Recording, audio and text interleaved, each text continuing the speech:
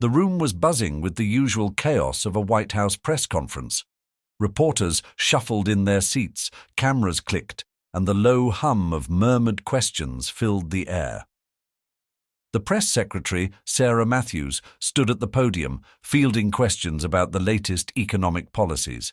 Her tone was calm, practiced, and diplomatic, until the door at the back of the room burst open. All heads turned as Donald Trump strode in, his signature red tie perfectly knotted, his expression unreadable. The room fell silent. This wasn't on the schedule. The press secretary froze mid-sentence, her eyes widening as Trump approached the podium. He didn't wait for an invitation. "Ladies and gentlemen," he began, his voice booming, "I know you weren't expecting me, but something has come up that can't wait." The room erupted in murmurs. Cameras swung toward him, and reporters leaned forward, pens poised. Trump's presence was magnetic, commanding, and utterly unpredictable. He paused, scanning the room with a steely gaze. "What I'm about to say will change everything, not just for this administration, but for the future of this country." The tension in the room was palpable. Reporters exchanged glances, their curiosity piqued. What could possibly be so urgent that the former president would crash a press conference? Trump leaned into the microphone, his voice dropping to a near whisper. "I've been silent for too long, but today that changes." He reached into his jacket pocket and pulled out a folded piece of paper. The room held its breath. "What I'm about to reveal will shock you. It will anger you. And it will force every single person in this room and in this country to question everything they thought they knew." The reporters were on the edge of their seats. Cameras zoomed in, capturing every flicker of emotion on Trump's face. He unfolded the paper slowly, deliberately, as if savoring the moment. Then he began to read. The investigation culminated in a high-profile trial that captivated the nation. The defendants, high-ranking officials and powerful businessmen, sat stone-faced as the evidence against them was presented. The prosecution's case was strong, but the defense fought back with everything they had. The trial was a media circus, with every twist and turn broadcast live to millions of viewers. Elena Martinez took the stand, her testimony gripping and emotional.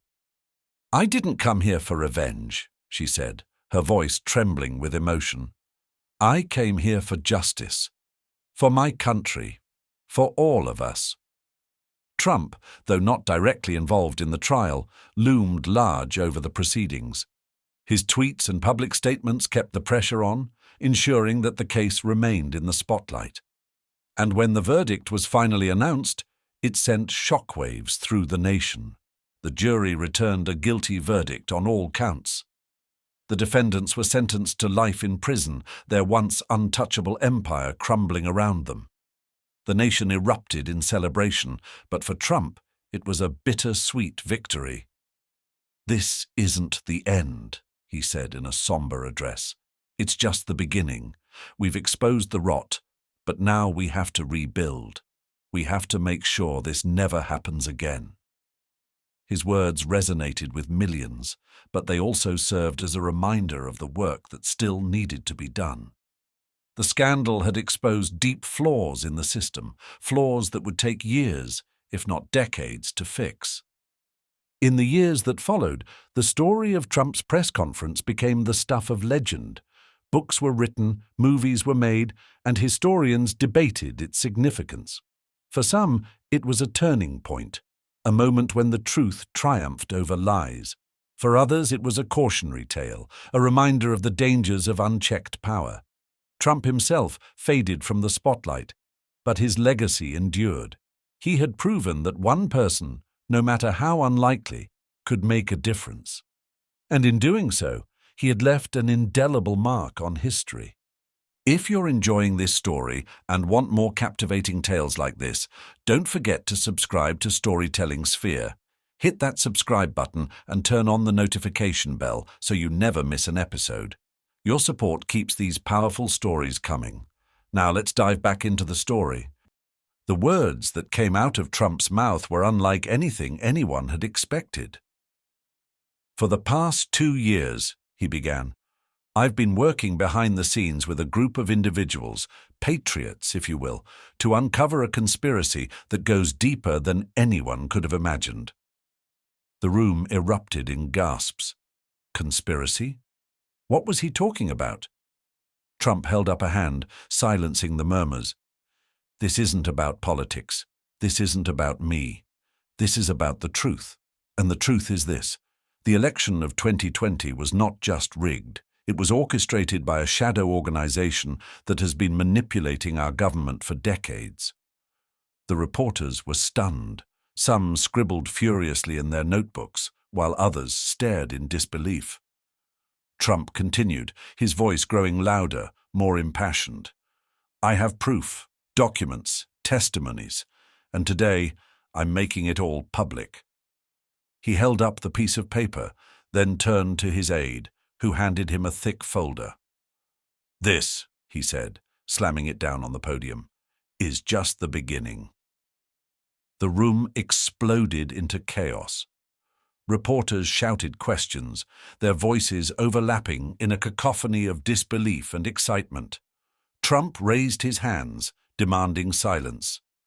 "I'll take your questions," he said. "But first, let me make one thing clear. This isn't about me. This is about saving our country, and I won't stop until the truth is out." As Trump began to field questions, the atmosphere in the room shifted from shock to frenzy. Every word he spoke was dissected, analyzed, and debated. Some reporters were skeptical, demanding to see the evidence he claimed to have. Others were visibly shaken, their faith in the system rattled. Trump, ever the showman, played the room like a maestro. He dropped bombshell after bombshell, each more shocking than the last. He spoke of secret meetings, covert operations, and high-level betrayals. He named names, implicating some of the most powerful figures in Washington. The reporters were speechless, their usual composure shattered. Outside the room, the world was already reacting. Social media exploded with hashtags like #TrumpRevelation and #ShadowConspiracy. News outlets scrambled to break the story, their headlines screaming in bold letters, "Trump drops bombshell, claims election was orchestrated by shadow organization." But not everyone was convinced. Critics dismissed Trump's claims as baseless, accusing him of stirring up chaos for his own gain. Supporters, however, rallied behind him, hailing him as a hero who had finally exposed the truth. The nation was divided and the stakes had never been higher. In the days that followed, Trump's revelations dominated the news cycle. The documents he had released were scrutinized by experts, some of whom confirmed their authenticity, while others dismissed them as forgeries. Congress launched an investigation, vowing to get to the bottom of the allegations. Trump, meanwhile, remained at the center of the storm. He gave interviews, held rallies, and continued to drop hints about even bigger revelations to come. His supporters hung on his every word, while his detractors accused him of undermining democracy. As the investigation unfolded, new details emerged. Some of the figures Trump had implicated were forced to resign, while others vehemently denied the allegations. The nation watched in awe as the scandal unfolded, its implications reaching far beyond politics. The story reached its climax when Trump announced a second press conference, promising to reveal the final piece of the puzzle. The world held its breath as he took the podium once again. This time, he didn't mince words. "What I'm about to show you," he said, holding up a USB drive, "is the smoking gun. This contains irrefutable proof of the conspiracy, including video footage, audio recordings, and financial transactions." He inserted the drive into a laptop, and the room watched in stunned silence as the evidence played out on a large screen. The footage was damning. It showed high-ranking officials discussing the conspiracy in chilling detail, their voices cold and calculating.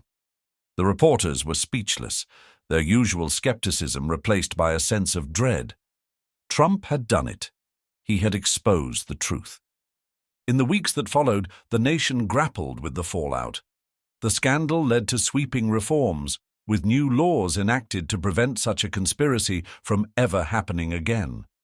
Trump's legacy was cemented, not as a politician, but as a whistleblower who had risked everything to expose the truth. The reporters who had been present at that fateful press conference would never forget the moment Trump interrupted their routine and changed the course of history. His words had left them speechless, but they had also sparked a movement, a demand for transparency, accountability, and justice. As the dust began to settle, one question lingered in the minds of the public. Who had helped Trump uncover this conspiracy? The answer came in the form of a mysterious whistleblower, a former intelligence officer who had risked everything to expose the truth.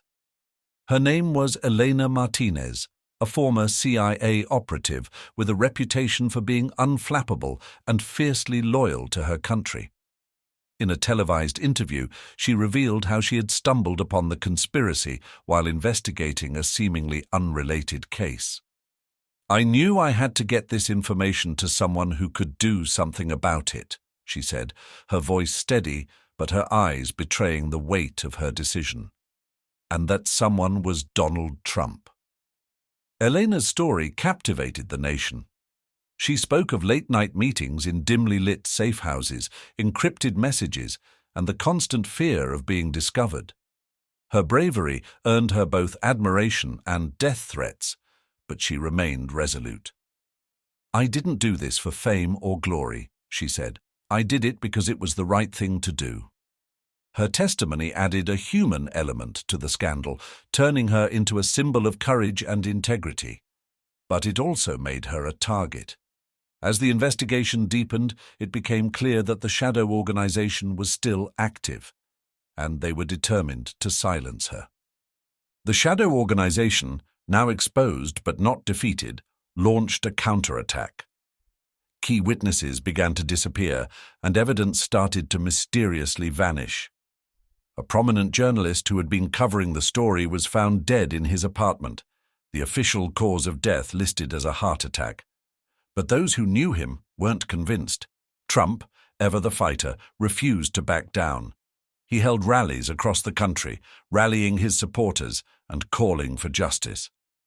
"They think they can silence us," he thundered at a packed stadium in Ohio. "But they're wrong. We're not going anywhere. We're going to fight for the truth, no matter what it takes." His words galvanized his base, but they also drew the ire of his enemies. Threats against his life increased, and security around him was tightened. Yet, despite the danger, Trump remained defiant. "They can try to stop me," he said in an interview, "but they'll never stop the truth." Just when it seemed like the tide was turning in Trump's favor, a shocking betrayal rocked the nation. One of his closest allies, a senator who had been vocal in supporting the investigation, was caught on tape accepting bribes from the very organization they were trying to expose. The revelation was devastating. Trump's opponents seized on the scandal, using it to discredit the entire investigation. "How can we trust anything he says," one critic argued, "when even his own people are corrupt?" The betrayal cast a shadow over the movement, sowing doubt and division among its supporters. Trump, however, refused to let it derail him. "This isn't about one person," he said in a press statement. "This is about the truth, and the truth doesn't change no matter who tries to hide it."